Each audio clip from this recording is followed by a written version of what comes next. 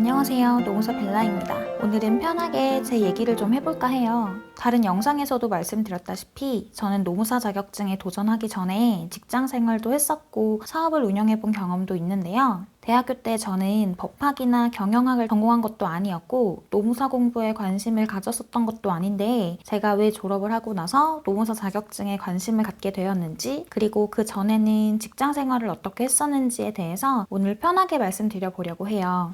그리고 제가 이 얘기를 하면서 이 영상을 보시는 분들께 전달드리고 싶은 말씀도 있는데요. 영상 말미에 말씀드릴 테니까 제 얘기를 들어보시고 여러분의 생각은 어떠신지 함께 나눠주시면 좋을 것 같아요.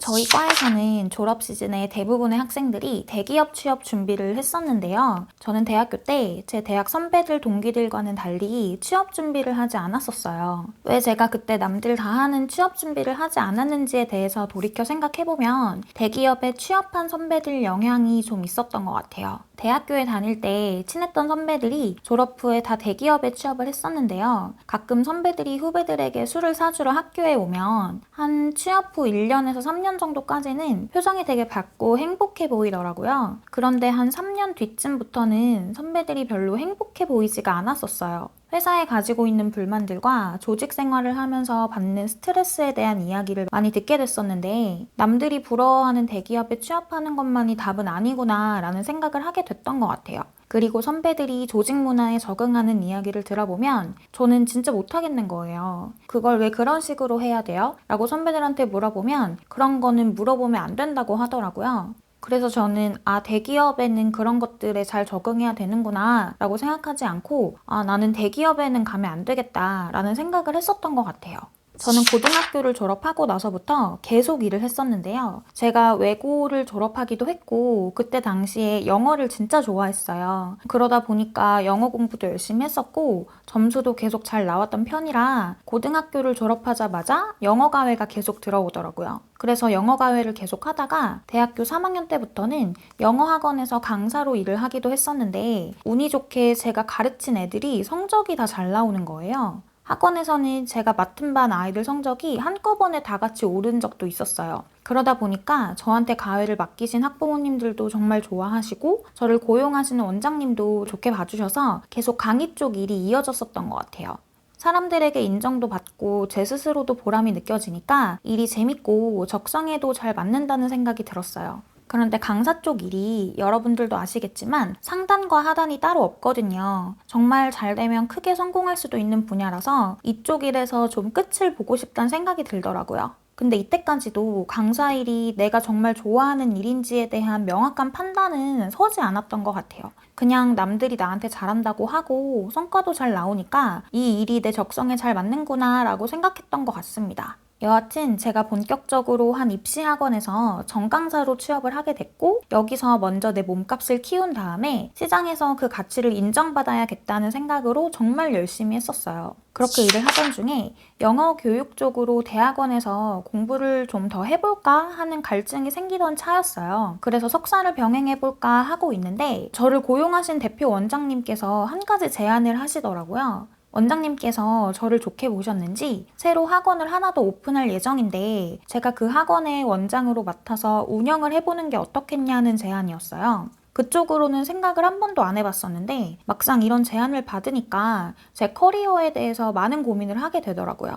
간단하게 말씀드리면 학원에서 원장과 강사가 하는 일은 아예 다르거든요. 강사는 내 강의만 잘하면 되지만 원장은 커리큘럼 기획, 마케팅, 학부모 상담, 원생 관리, 강사 관리 등 전반적인 업무를 다 맡게 돼요. 제가 강사로서 성공해보고자 세웠던 커리어 경로랑 아예 달라지는 거라서 고민을 많이 했었습니다. 그런데 이렇게 선택이 가능해지는 순간이 오니까 그제서야 진짜 내가 좋아하는 일이 뭔지, 정말 하고 싶은 일이 뭔지에 대해서 진지하게 생각을 해보게 되더라고요. 그 전까지는 이렇게 진지하게 고민해보지 않았었던 것 같아요. 한 사업체를 운영한다는 건 쉽게 할 수 있는 일은 아니잖아요. 리스크가 많이 따르는 일인데 내 자본금 없이도 이런 귀중한 경험을 할 수 있는 기회가 왔다는 게 정말 행운이라는 생각이 들더라고요. 그래서 이런 기회를 주신 대표 원장님께 감사하는 마음을 가지고 일을 수락하게 되었습니다. 제가 원장으로 발령났던 학원은 기존에 망해가고 있는 한 영어 학원이었는데 그걸 저희 원장님께서 새로 인수하신 거였어요. 원장님께서 저한테 요청하신 게 딱 하나 있었는데 학원을 빠른 시일 내로 정상화시켜 놓으라는 거였어요. 그 학원은 몇 년 사이에 원장이 수차례 바뀌고 주변 평판도 좋지 않아서 쉽지 않았던 상황이었습니다. 제가 그 학원으로 발령나서 가장 먼저 했던 일은 기존 직원들을 정리하는 거였어요. 지금은 제가 노무사니까 당시 그 사안이 영업양도에 의한 고용승계고 그와 관련한 법적 쟁점을 지금은 다 알지만 당시 저는 강사 출신 새내기 원장이었기 때문에 정말 아무것도 몰랐어요. 그래도 최대한 법적으로 문제없이 상황을 잘 정리했어야 됐기 때문에 직접 노동법을 공부하기 시작했고 이와 관련한 자문을 구하기 위해서 노무사님과 직접 미팅을 하기도 했어요. 정말 다행히 결국에는 별다른 법적 이슈 없이 원만하게 기존 강사님들과의 근로관계를 종료하고 우리 학원과 잘 맞는 새로운 강사님들을 채용해서 잘 운영을 한 결과 인수 3개월 만에 흑자 전환에 성공을 했고 6개월 만에 기존 재원생 30명에서 80명으로 약 한 2.5배 정도 성장을 달성할 수 있었어요. 제가 이때 느낀 게 하나 있는데요. 사업은 사람을 어떻게 관리하느냐 그리고 어떤 시스템을 구축하느냐에 달렸다는 거예요. 저는 그 전까지는 사업은 아이템 선정, 마케팅이 제일 중요하다고 생각했었거든요. 그런데 생각보다 진짜 중요한 건 사람 관리였어요. 특히 저는 이때 뭐가 제일 재밌었냐면 내가 원하는 사업의 방향성과 잘 맞는 직원들을 채용하고 그 직원들을 관리하는 인사노무 관련 업무가 너무 흥미로운 거예요. 어떤 사람들과 함께 하느냐에 따라서 그리고 그 사람들과 어떻게 조율을 해 나가느냐에 따라서 일의 성과가 얼마나 달라지는지를 경험을 해보니까 인사노무 분야를 더 공부하고 싶어졌고 참 매력적으로 느껴지더라고요. 저는 학원 하나를 스스로 운영하는 경험을 하게 되면서 커리어 경로가 완전히 달라지게 됐어요. 그런 기회가 제게 온 것도 그렇고 당시 제 주변에 좋은 분들께서 함께 저를 도와주셨던 것도 그렇고 참 운이 좋았었던 것 같아요. 덕분에 당시 저를 원장으로 발령내신 대표 원장님께 반드시 학원을 빠른 시일 내로 정상화하겠다라는 약속을 지킬 수 있었는데 한편으로는 이제 진짜 내 걸 한번 해보고 싶다 하는 생각이 들더라고요.